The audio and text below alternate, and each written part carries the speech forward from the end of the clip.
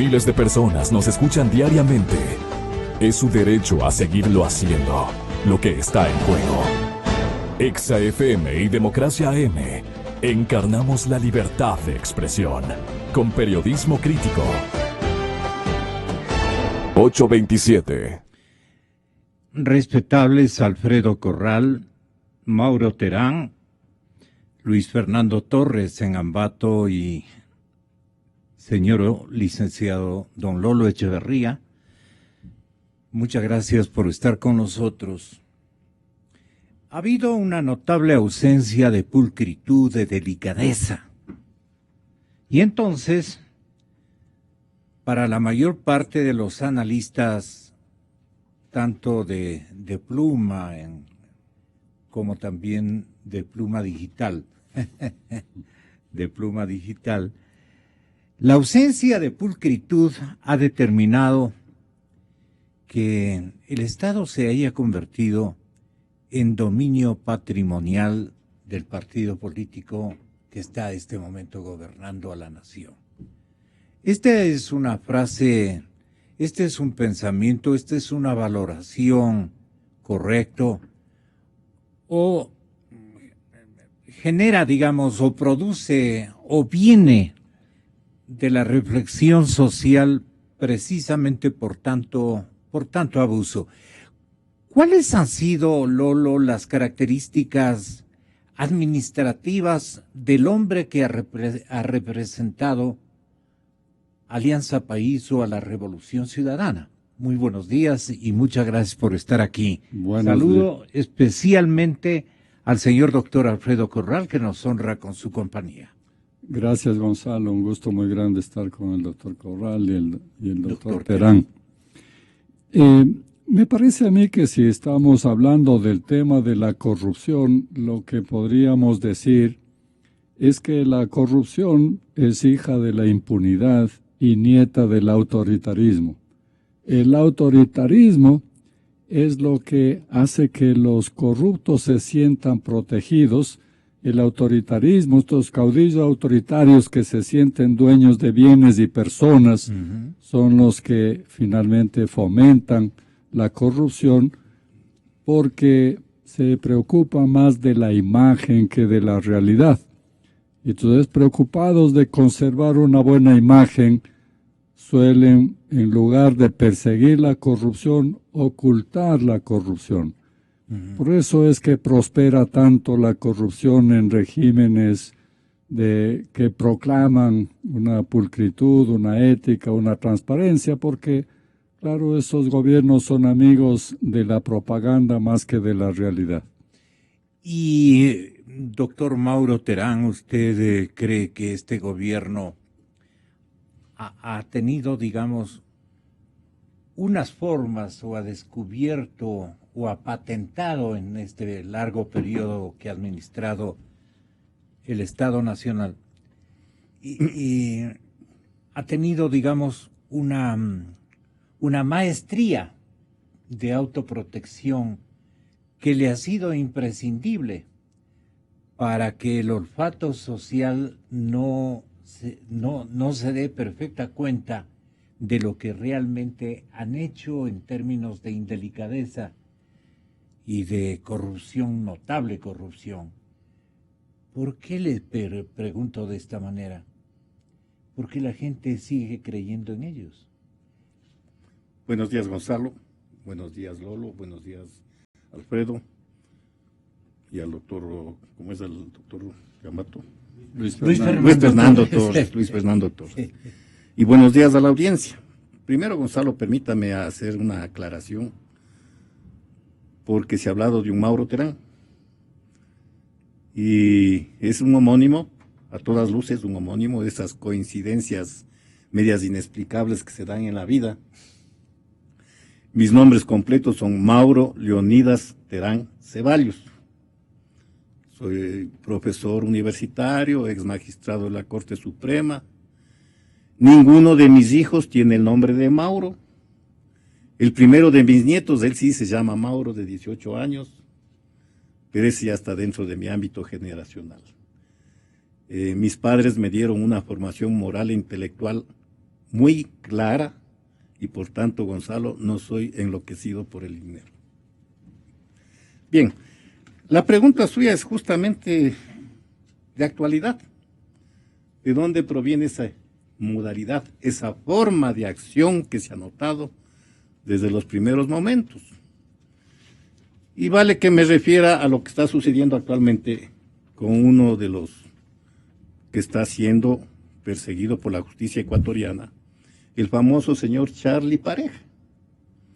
El señor Charlie Pareja es hermano siamés del doctor Alexis Mera en el Febres Corderato. Ambos fueron altos funcionarios en el Febres Corderismo y ambos pues, justamente dieron pábulo a una administración totalitaria en el Febres Corderismo, y de ahí ya viene pues ese sentido, esa tendencia totalitaria. Entonces, cuando se inicia este gobierno, pues todo el mundo ve que este doctor Alexis Mera,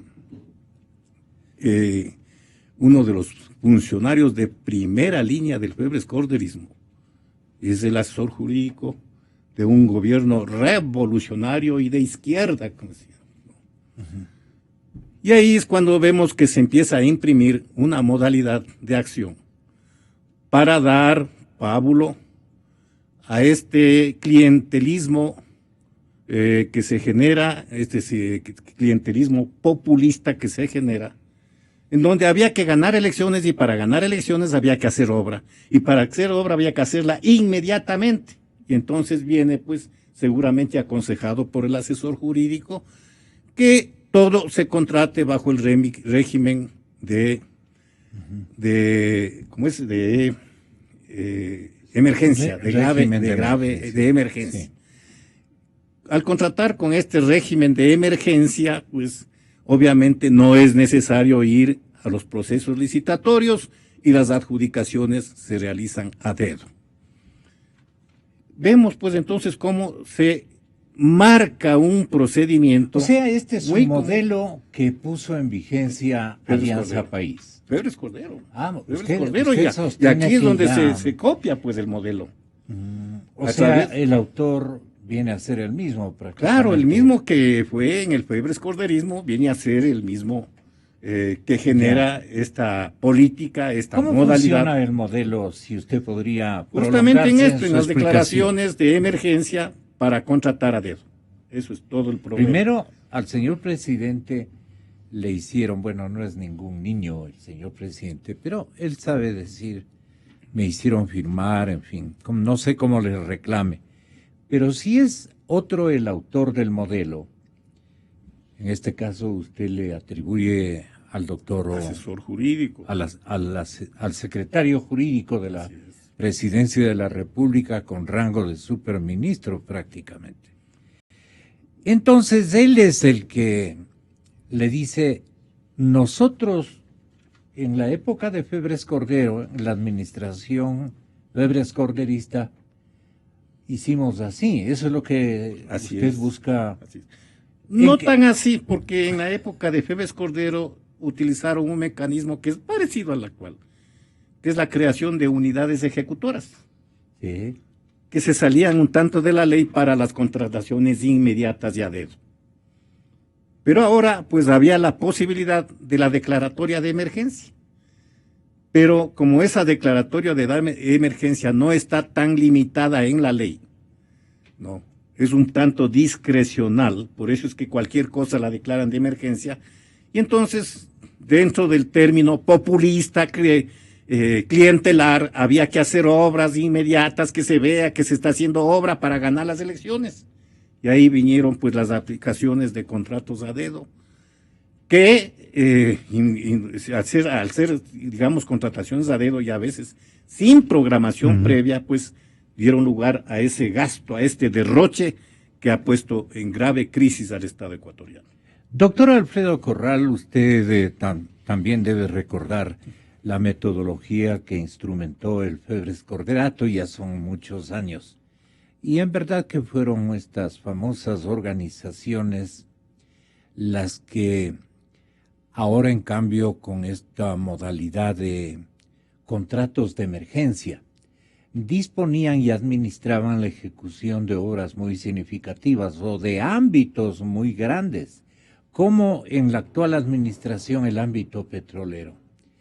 Que a usted le conste como ciudadano, como jurista, ¿quién manejaba en cambio esta modalidad? ¿Quién administraba esta modalidad? ¿A quién le entregó el señor presidente de la República el comando del ámbito petrolero, por ejemplo, o de sectores estratégicos que dieron en llamar? Usted nos podría no solamente informar, sino analizar para qué le sirvió esta metodología al actual gobierno. Bienvenido, doctor. Muchas gracias, don Gonzalo. Un saludo especial a los distinguidos contertulios, licenciado Lolo Echeverría, doctor Mauro Terán Ceballos, y a la distancia al doctor Luis Fernando Torres. Como ciudadano y como excontralor, he sufrido un profundo impacto en los últimos tiempos al saber que nuestro país está inmerso en un proceso de podredumbre y corrupción, detectado y delatado no por nuestras autoridades de control, sino por entidades extranjeras, como es el Departamento o la Secretaría de Justicia de Estados Unidos, que delata al mundo entero la corrupción campante que ha existido a través de un contratista denominado Compañía Norberto Odebrecht de Brasil, la que ha entregado sobornos y coimas a funcionarios públicos, según la versión de la prensa, de 7 u 8 países, entre ellos Argentina, Colombia, República Dominicana, Venezuela, no podía faltar jamás Venezuela, y lamentablemente Ecuador. Lo que han manifestado el licenciado Echeverría y el doctor Terán es absolutamente auténtico. Se ha implementado un modelo que es de excepción frente a la regla general de contratación, que es el concurso o la licitación, que permite a las entidades públicas escoger de entre varias ofertas competitivas la que más convenga a los intereses institucionales, no a los intereses personales de los funcionarios, sino a los intereses sagrados del Estado. Desde el comienzo de este régimen vimos absortos que se declaraba en emergencia todo el sistema de salud, el sistema de educación, el sistema vial.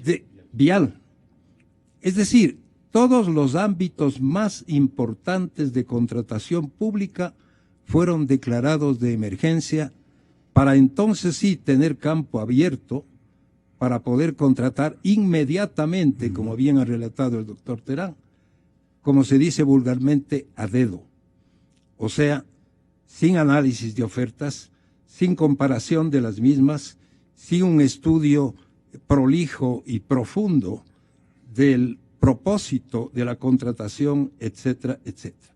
Y es más, se eliminaron atribuciones que tenía la Contraloría y la Procuraduría,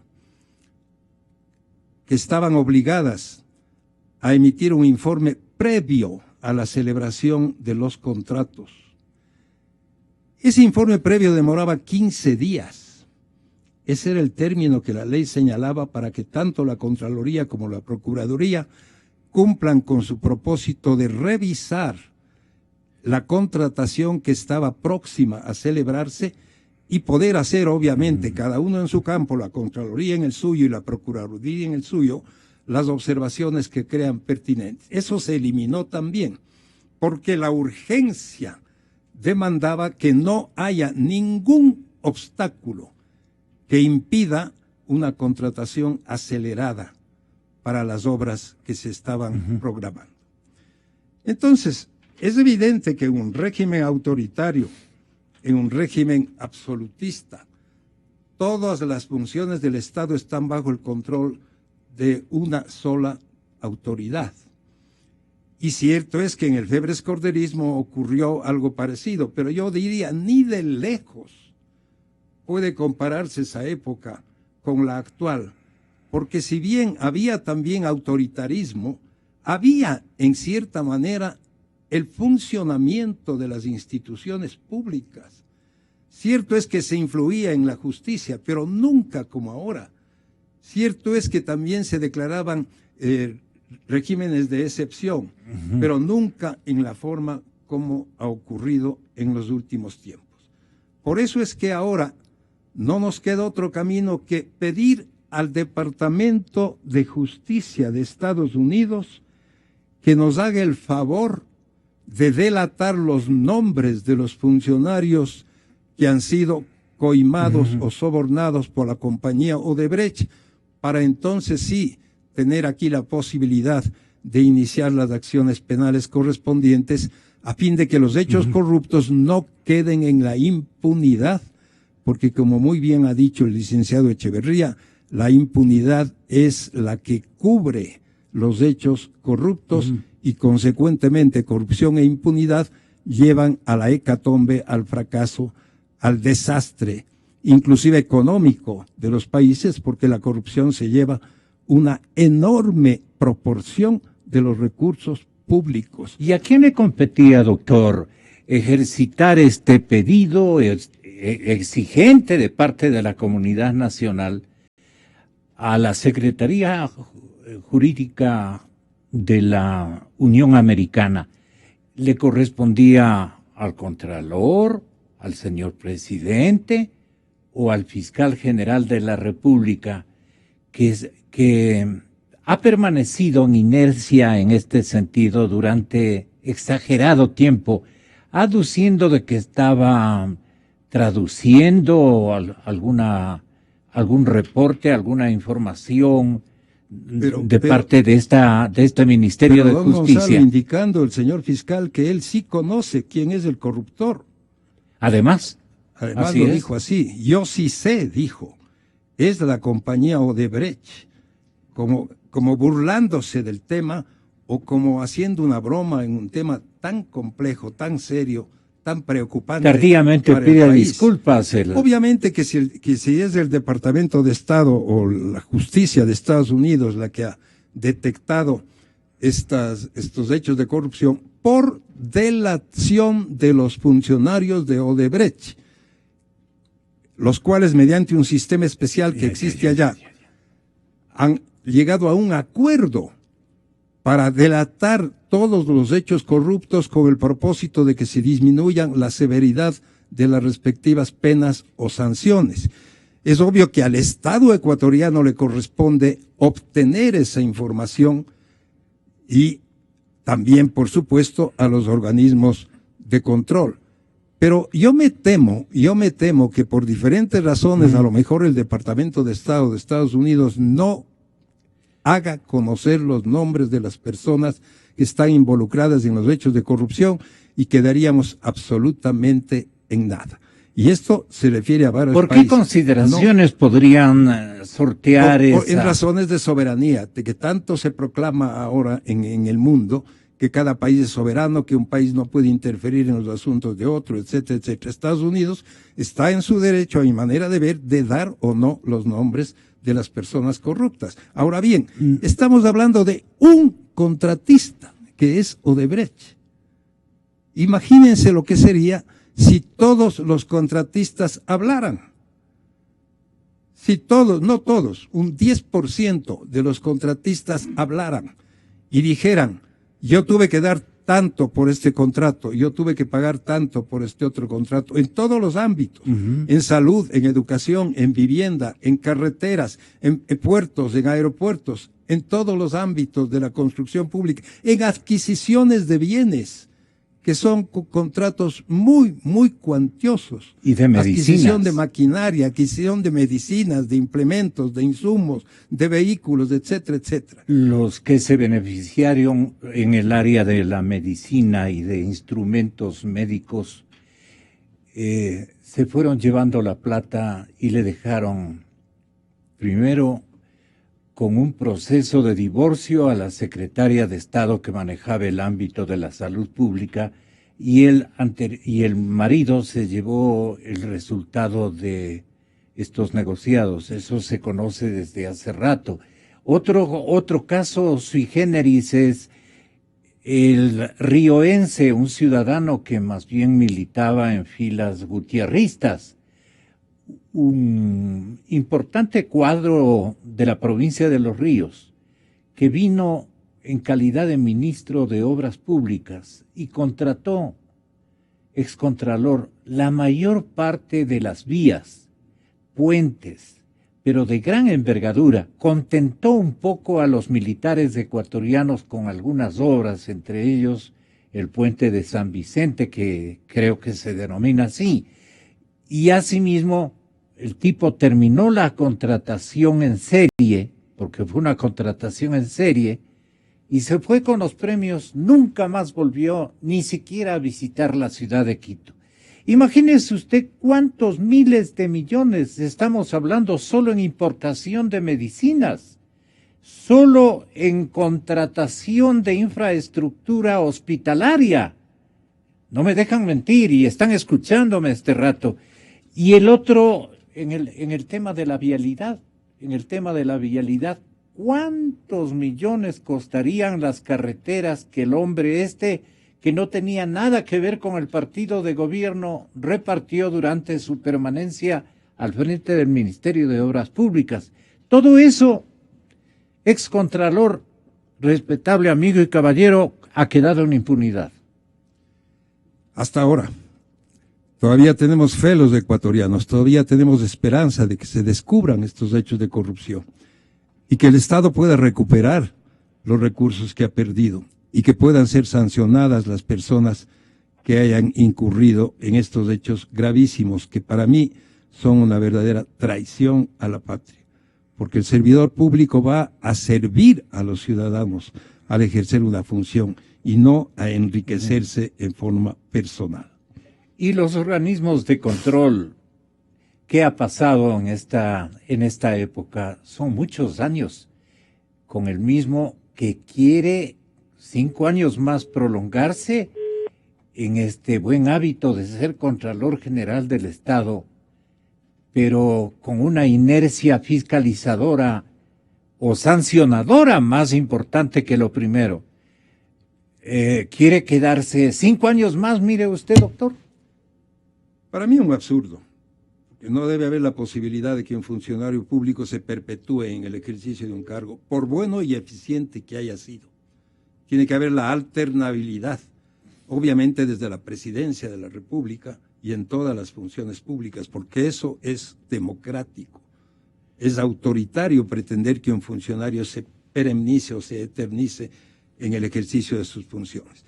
Ahora, el señor Contralor ha dicho muchas veces que él ha emitido muchos informes con indicios de responsabilidad penal y que es la Fiscalía la que está en mora de realizar los procesamientos. Pero ha mandado de pequeñas instituciones, de pequeños municipios. Los peces grandes no aparecen. Puede ser, pero como esos informes que contienen indicios de responsabilidad penal son reservados, no conocemos a qué caso se refiere, al menos yo no los conozco. Así es. Yo no los conozco. No sé si entre las obras contratadas con la compañía Odebrecht habrá establecido la Contraloría algún indicio de responsabilidad penal. No lo conocemos. Pero de acuerdo a lo que ha publicado la prensa, hay datos muy directos para saber por dónde tiene que ir la investigación de la Fiscalía. Se habla, por ejemplo, en la publicación que hace el diario El Comercio el 22 de diciembre, cuando se delata estos pagos hechos por Odebrecht, de que luego de que hubo dificultades con el contrato de San Francisco, después se acordó con un intermediario de un funcionario de gobierno que ejercía el control sobre los contratos, el pago de sobornos para resolver los problemas. Esto está entre comillas, de tal manera que está en el informe que ha emitido el Departamento de Justicia de Estados Unidos. Hay una persona, un funcionario, que tenía la función o la atribución de controlar los contratos. Se dice aquí, ¿quién es esa persona? Yo no creo que sea imposible indagar e investigar eso, para saber qué funcionario público tenía esa potestad extraordinaria de controlar todos los contratos que se hayan celebrado por parte del gobierno y que... Pero los reflectores de la prensa no han llegado hasta esos lares. Digamos, había que enfocar al Palacio Presidencial, tal vez, le pregunto. Yo no tendría límite. Yo no tendría límite. Tiene que indagarse en absolutamente todos los niveles. Y luego por acá se menciona como una intervención del doctor Alexis Mera que dice, y le menciona que estuvo a cargo también de algunos contratos, él lo dice, el señor vicepresidente de la República. De tal manera que no hay que limitar a un municipio, pretendiendo que ahí van a encontrar coimas o sobornos de 33 millones de dólares, cuando el ámbito de contratación de la compañía Odebrecht y de las otras muchas compañías que existen, extranjeras y nacionales, es un campo amplísimo. Lolo Echeverría, licenciado, ¿usted no cree que la mayor parte de los contratistas, especialmente en el ámbito petrolero, que son en número que distan desde 800 empresas, otros dicen 400 empresas y otros dicen 200 empresas, no recuerdo bien, entre 150 y 200 empresas. Ellos saben de todos los milagros, pero ¿cómo investigar aquello y qué conocimiento han tenido ustedes, por ejemplo, en la revista Criterios, que con gran temple, con gran valentía y con gran compromiso con la República del Ecuador, la revista Criterios ha develado y ha descubierto en importantes temas mafias de corrupción que han funcionado por el lado del gobierno? Y eso ha provocado un resentimiento casi crónico del señor presidente de la República. Gonzalo, usted sabe igual que yo que en esta administración lo que ha habido es más bien una amenaza, se ha inducido temor a la investigación, a la información, a la publicación, y se ha restringido de todas las formas posibles. Ni siquiera se puede decir el nombre de los acusados. Entonces hay una protección bastante notable e increíble. En esas condiciones no se puede pretender que la prensa o que organismos ciudadanos descubran algo.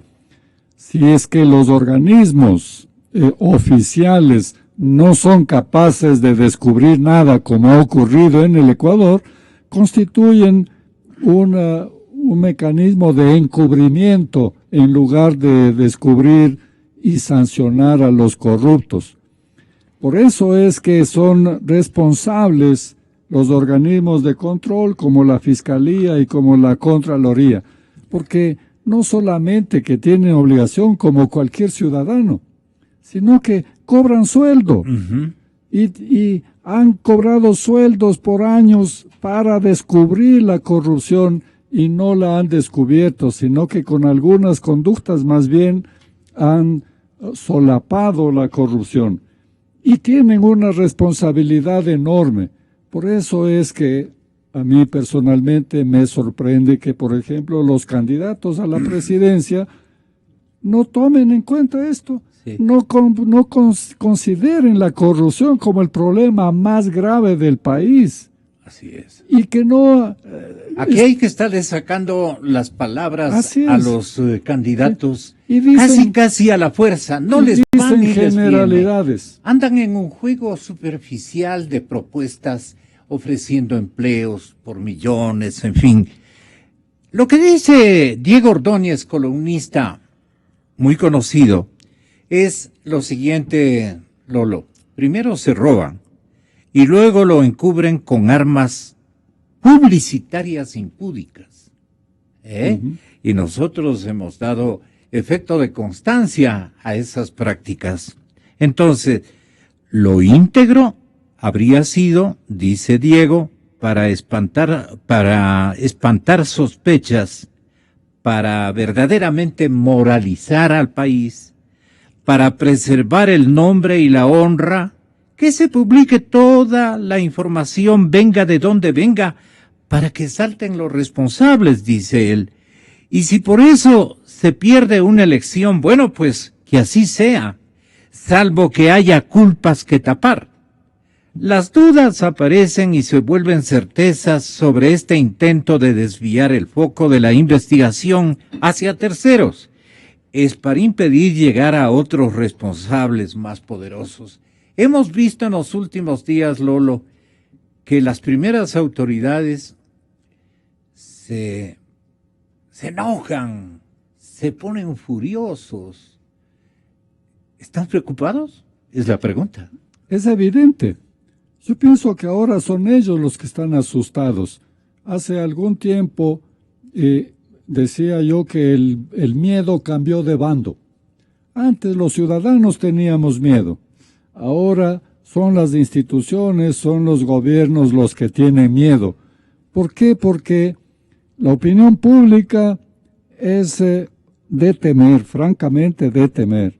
Porque la corrupción aparentemente no preocupa mucho, como dicen algunos analistas, incluso como dicen expertos de campañas y como dicen incluso candidatos. Aparentemente al país no le interesa la corrupción, no le escandaliza la corrupción. No es verdad. No es verdad. Lo que pasa es que se hace una abstracción de la corrupción. Cuando hablamos de miles de millones de dólares, ¿qué puede la gente, el pueblo, entender de eso? ¿Cuánto es 1.700 millones? Eso es una abstracción. Pero cuando se ve que caen billetes de los techos, de las viviendas de los funcionarios, eso sí indigna. Y cuando la corrupción indigna, ocurre lo que ocurrió en Brasil. Entonces se convierte en una bola que va creciendo a medida que rueda. Y esto es lo que nos está pasando ahorita, en este momento. Porque van a aparecer tarde o temprano, van a aparecer los nombres.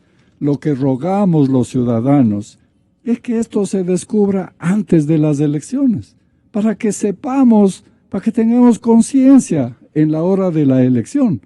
Entonces esto es la transparencia, poner al descubierto. Si es que el gobierno, si los funcionarios, si la justicia estuviese interesada en detener la corrupción, entonces agradecería cualquier información en lugar de asustar, de espantar o de amenazar a los que hacen investigación y a los que hacen denuncias. Casi todos los que han hecho alguna denuncia, periodistas, funcionarios, inclusive veedores nombrados por el propio gobierno, los que han denunciado algo han sido finalmente acusados y en algunos casos apresados. Están condenados. Así es. Entonces, en esas condiciones no se puede decir, jamás podrán presumir de que han combatido la corrupción. Entonces hay un ámbito de impunidad gigantesco, doctor Mauro Terán, gigantesco, porque primero dijeron, a ver, la justicia hay que tomarse, y entonces el señor presidente, con la franqueza que le caracteriza, de repente en los sábados, alguna vez nos dijo un sábado, me van a disculpar, pero yo voy a tener que tomarme a mi manera la justicia. Y eso se ha cumplido. Los renglones de impunidad que han sobrevenido, digamos, a los acontecimientos que ha costado miles de millones de dólares al país, en un boom petrolero que hubiera cambiado la historia socioeconómica y productiva, agrícola y demás de nuestro país, se han robado. ¿quién o qué institución podría darnos razón de la cantidad de dinero que seguramente ya está fuera del Ecuador en depósitos impresionantemente grandes? ¿Y cuál cree usted que es el tamaño, digamos, de esta investigación frustrada porque la justicia ha estado de parte de los maleantes, ¿no? De los abusivos, como quieran llamarse ellos mismos? Yo creo que tenían plena conciencia de lo que iban a hacer o de lo que estaban haciendo. Y por ello es que cuando se reúne la Asamblea Constituyente, perfectamente sabían lo que tenían que hacer. Yo al doctor Alexis Mera le conocí en la Corte Suprema de Justicia porque ya designado asesor jurídico, el señor andaba por los pasillos de la Corte Suprema agilitando sus procesos judiciales, cosa que no podía hacer el señor, ¿no? Pero como en la Corte Suprema última, que fue la única Corte Suprema independiente que ha existido en la historia de este país y que debió haber sido preservada si había una base de honestidad en este régimen, si realmente era revolucionario, era de que mantenga esa Corte independiente. Pero como al doctor Alexis Mera no le competía esa Corte porque no era afín a sus intereses, pues empezó a mover de todo sentido para acabar con esta Corte Suprema de Justicia. Y así se convirtió en la estrella en la Asamblea Constituyente, que era pues el que llevaba los puntos de vista, etcétera, en la famosa Comisión de Justicia de la Asamblea Constituyente, que sería bueno hacer un recuento de quiénes fueron los integrantes de esa comisión, que ahora todos están fuera de Alianza País, pero en ese entonces todos le hicieron el papel, todos le hicieron la corte al asesor jurídico. Entonces, a la final, acabaron con la independencia de la Corte Suprema de Justicia, y lo más grave,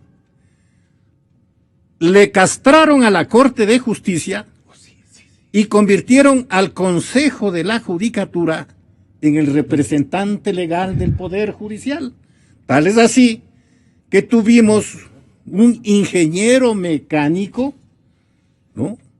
Creo que fue un ingeniero Rodríguez, un ingeniero mecánico que era el representante del Poder Judicial del Ecuador. O sea, ya con la Constitución de Montecristi ya se tomaron el Poder Judicial.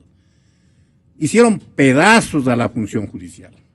Y hay que la consulta del 2009 no era para simplemente meter las manos en la justicia, era para meterse definitivamente la justicia en los bolsillos. Y así está hasta hoy. Yo entiendo que ningún contrato de la función ejecutiva era desconocido para el asesor jurídico, para el doctor Alexis Mera, que no es un simple asesor jurídico por sus actuaciones. Para mí el doctor Alexis Mera es un cogobernante, no es un simple asesor, es un cogobernante, porque él toma decisiones por sí y ante sí. ¿Él es el creativo? Dice. Sí, todas decisiones. Entonces habría que en algún momento dado analizar los puntos de vista de él. Inclusive él actúa como abogado del presidente y no sé si de acuerdo con las leyes vigentes está en capacidad de hacer o ejercer ese tipo de funciones. ¿Quiénes iban o deberían haber ido a parar en un estamento donde se enjuicie políticamente a los funcionarios que no quieren hacer nada? Verbigracia, el señor fiscal. El procurador parece muerto en vida. Abogado del Estado, lo protege. ¿Cuántos personajes vienen a mi memoria, periodista de muchos años, de recuerdo de figuras como la que tenemos esta mañana aquí en el estudio, figuras del control público, figuras de la Fiscalía General del Estado, Durán Díaz, por recordar una figura, y muchísimos más. El que decía, el doctor Ordóñez, que decía que donde él pone el dedo sale pus. Y en realidad todo el tiempo hemos sido o en los cuadros políticos, no todos, desde luego que han habido caballeros y han habido autoridades que se han jugado hasta la vida por controlar la pulcritud, que era mi principal inquietud de comienzo. Pero en fin, yo lo que quería es preguntarle al asambleísta Luis Fernando Torres en la ciudad de Ambato, ¿por qué estos asambleístas en ínfima minoría, como sea, pero por qué no han hecho un empeño por lo menos en ejercitar una especie de presión social con el apoyo y el liderazgo de ellos para llamar a una interpelación a tanto bandido que se ha tomado recursos de propiedad del pueblo ecuatoriano y que goza su impunidad en escenarios que nadie se ocupa del temor, del miedo, y todos tenemos miedo, todos tenemos complicación para decir estas cosas, desde luego que sí, pero ¿hasta cuándo? Y todavía vamos nosotros a reprisar con nuestro voto una permanencia de estos cuadros que se ríen de nosotros porque no los hemos condenado a lo que debíamos haberlos condenado. Me parece que es de lógica absoluta pensar así. Luis Fernando, ¿por qué ustedes no han llamado, no han podido concretar un solo juicio político en la Asamblea? Buenos días. Estoy dirigiéndome a quienes escuchan esta prestigiosa radio desde un lugar público en la ciudad de Ambato, donde me están recibiendo varios comerciantes y por ello probablemente no sea muy clara la audición.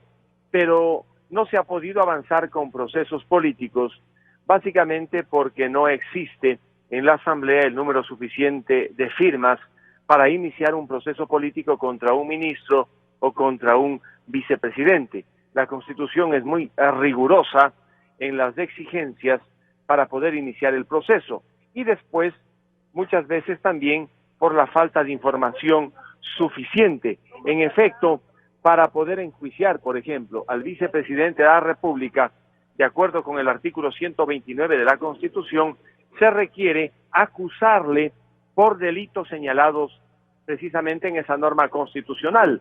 Para enjuiciar políticamente a un ministro es más fácil, ya que se lo puede hacer por el simple incumplimiento de funciones.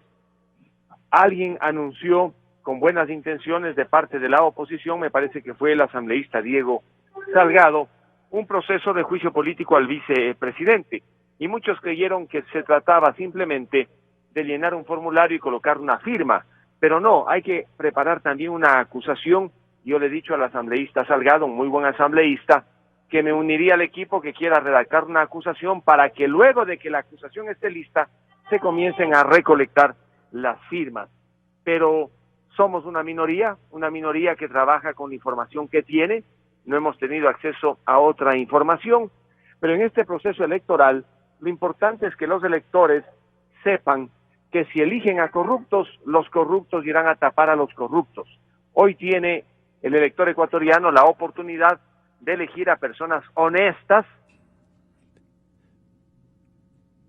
a precautelar el buen uso de los fondos públicos y a perseguir la corrupción con fundamentos, con documentos, y cuando se trata de acusación, igualmente señalando los posibles delitos en los que pueda haber incurrido una autoridad. Hace pocos días el presidente de la República mencionó que hay un candidato de la provincia de Tungurahua, de mi provincia, vinculado a las negociaciones del metro, muy cercano al alcalde de la capital de la República, sobre quien existirían ya una serie de evidencias. Estos días, en Cuatro Pelagatos, se ha comentado ya el nombre de un candidato perteneciente a la lista 23, en alianza con la lista 21, y entiendo que el día de hoy, el partido Concertación, lista 51, en una rueda de prensa, está señalando ya el nombre del candidato de la provincia de Tungurahua, de la lista 23, este movimiento muy cercano al alcalde de la capital de la República, que estaría dentro de las investigaciones que vienen desarrollándose, de lo que entiendo, a nivel de la Fiscalía. ¿Y eso le beneficiaría a usted políticamente? No, pues a mí para nada, no, esto no me beneficia a mí desde ningún punto de vista, pero permite que se aclaren estas denuncias que claro se han que sí. haciendo inclusive desde el Twitter del propio presidente de la República. Perdone que insista, ¿por qué no han protagonizado por lo menos un buen zapateo dentro de la Asamblea? No se les ha visto actuar en términos de fiscalización, ni siquiera a los cuadros de oposición en la Asamblea. Mire, lo hemos hecho en la medida de las posibilidades. En la Comisión de Justicia, recuerde usted, se investigó el tema de los papeles de Panamá. El famoso señor Carlos Pareja Yanuseli fue a la Comisión de Justicia, yo tuve un cara a cara con él, se fue, algo se investigó allí, pero los espacios para este tipo de investigaciones están básicamente en la Comisión de Fiscalización, y allí los asambleístas de oposición entiendo que han hecho lo que han podido efectivamente hacer. Pero no se olvide que además de los temas de corrupción, también están los temas legislativos. Hace pocos días estuvieron a punto de aprobar un nuevo tributo para que paguen los ciudadanos del país, una nueva contribución por mejoras que no beneficia a los municipios, sino que beneficia fundamentalmente a los ministerios. Si uno no está atento a esos debates, amanece el ciudadano con otro tributo más, con otro impuesto. Por esa razón hay que combinar la tarea legislativa, que no es sencilla, y la tarea de fiscalización. Yo me he concentrado primordialmente en la tarea legislativa para evitar y impedir que estos garrotazos se produzcan a día seguido. Aprobaron la ley de plusvalía inmobiliaria una noche de lunes y en la mañana del martes estuvieron a punto de aprobar en unas reformas a la ley de contratación pública la nueva contribución especial por mejoras. Inclusive en la oposición había la intención de votar a favor de estas reformas a la ley de contratación pública porque parecían convenientes. Tuve que levantarme, pedir la palabra y decirles que estaba escondida en esta reforma un nuevo garrotazo tributario, una nueva contribución por mejoras. Por lo tanto, hay que fiscalizar y estoy de acuerdo, pero tampoco hay que dormirse cuando se están discutiendo estas leyes, donde con una serie de trampas siempre se le perjudica al ciudadano ecuatoriano con más controles, con más prohibiciones, con más tributos y con más impuestos. También es cierto aquello. Gracias, doctor Luis Fernando Torres.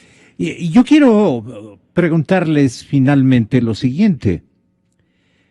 Si es que no ha podido la Asamblea ejercitar una tarea por sentirse disminuidos cuantitativamente en su representación por culpa de la elección popular, pues de la elección de la gente. La gente nos puso prácticamente 130 o 120 asambleístas que en los primeros meses de esta gestión, en los primeros años, diría yo, se alinearon, rescataron contribuciones, entre comillas, se tomaron prácticamente toda la estructura administrativa del Estado, sacaron ventajas a su favor personal o grupal, a cambio de mostrarse dueños de un escenario de inercia absoluta en el tema de la fiscalización.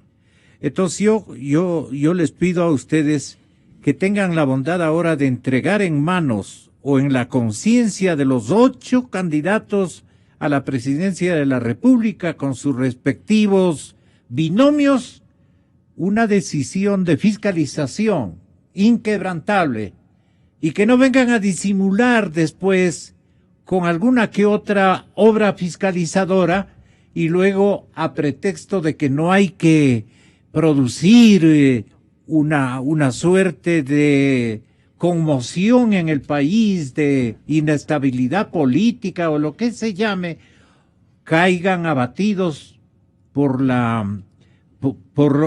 misma asamblea, que ahí sí en mayoría, si no ganan la presidencia de la República, le harán la vida imposible al próximo primer mandatario. Eso es lo que puede estar ocurriendo. Doctor Corral, si es tan amable. Muchas gracias.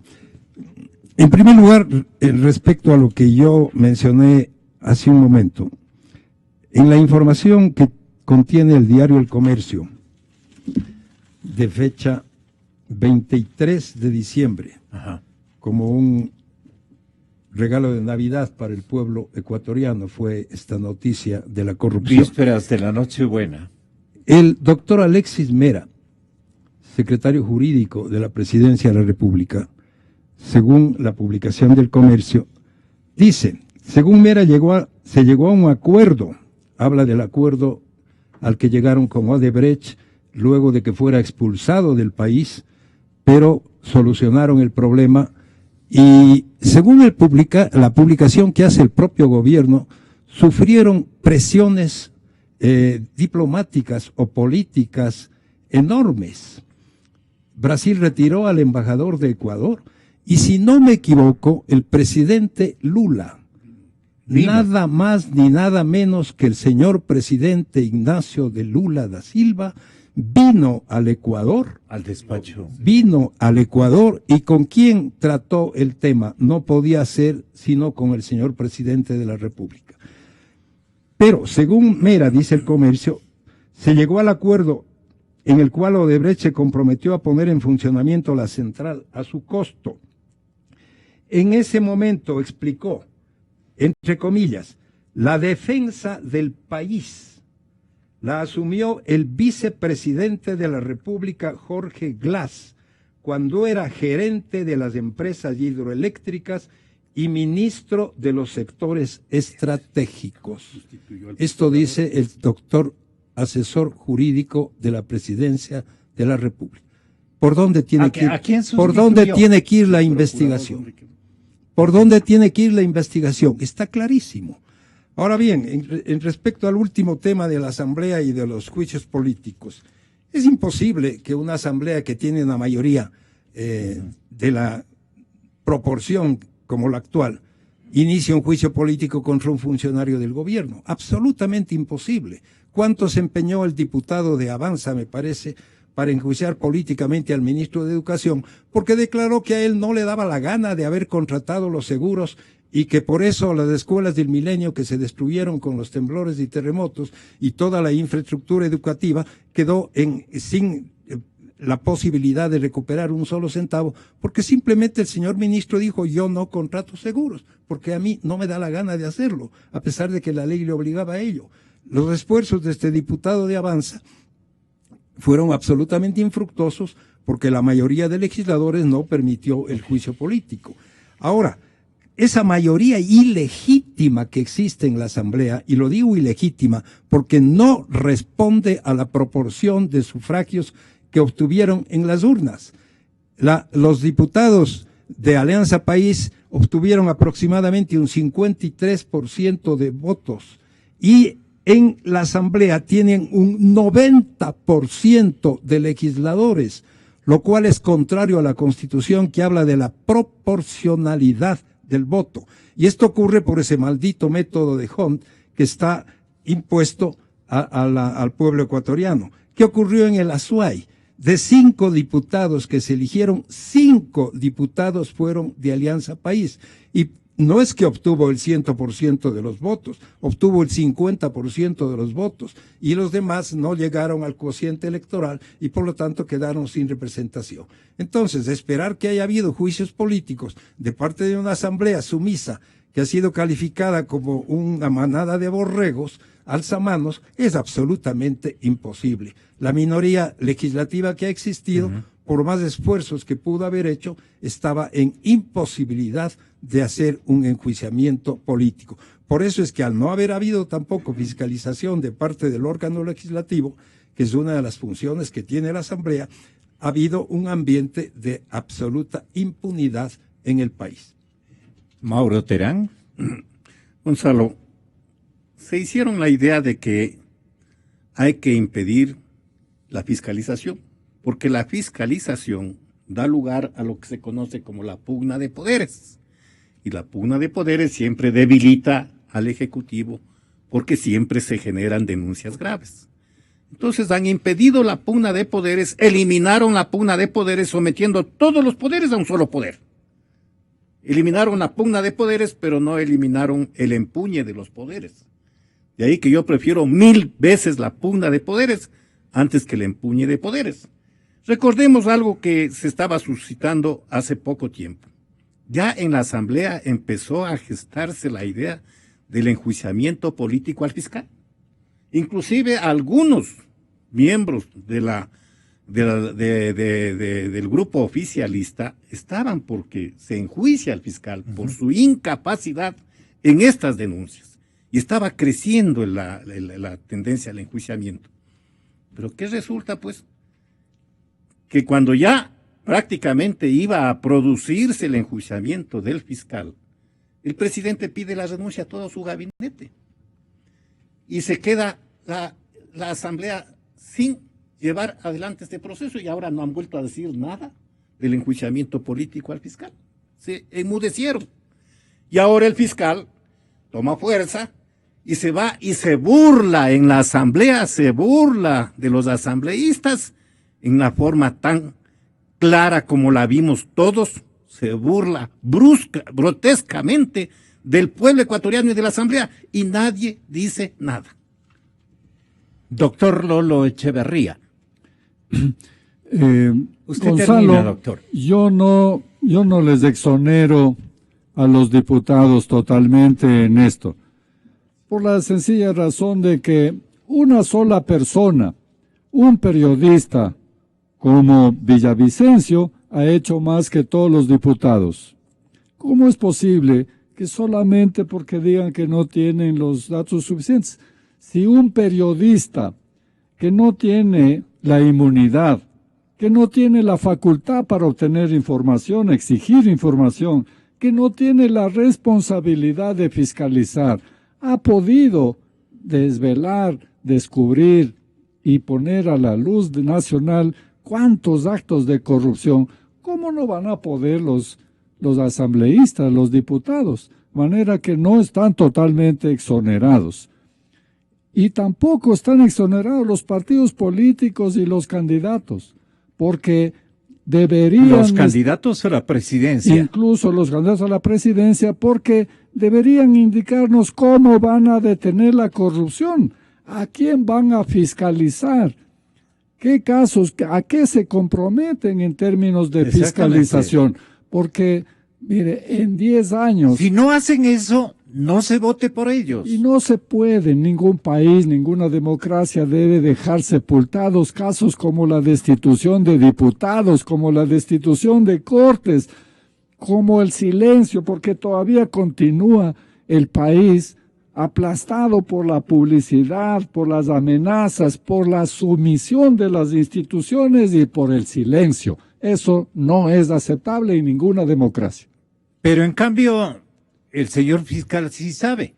¿Saben qué sabemos del caso Odebrecht? ¿Saben? Yo sí sé. Sé quién es el corruptor. Es Odebrecht. Ya lo sabemos. Así es que hemos avanzado. Ya sabemos que ellos son los corruptores. Qué lindo. Gracias, hasta mañana. Somos tu canción exacta.